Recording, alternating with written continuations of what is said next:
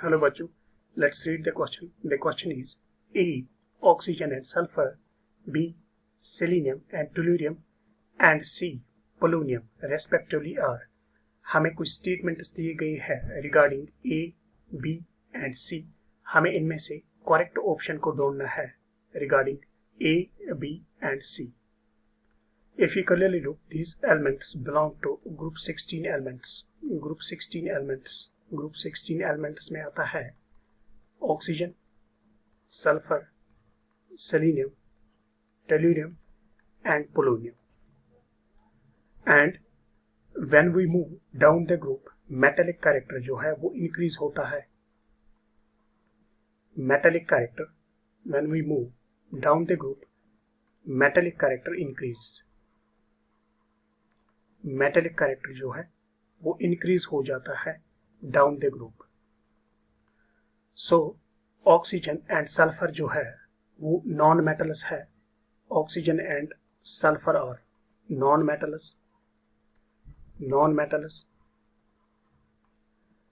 And selenium and tellurium और metalloids. Fe and Te ये metalloids होते हैं. मेटालॉइड्स क्या होते हैं? जिनकी प्रॉपर्टी इंटरमीडिएट होती है between those of metals and non metals, उनको हम मेटालॉइड्स बोलते हैं. यानी मेटालॉइड्स की इंटरमीडिएट प्रॉपर्टी होती है as compare to non metals and metals. So selenium and tellurium are metalloids and polonium it's a metal. So अब हम ऑप्शंस में देखेंगे ए में क्या है. ए जो हमारा है इसमें ऑक्सीजन एंड सल्फर है. सो ऑक्सीजन एंड सल्फर क्या है? These are non metals. So A non metals है.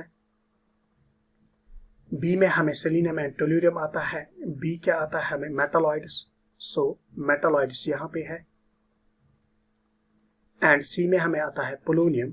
पोलोनियम जो है वो एक टिपिकल मेटल है. सो ऑप्शन बी जो है वो करेक्ट मैच है इस क्वेश्चन का.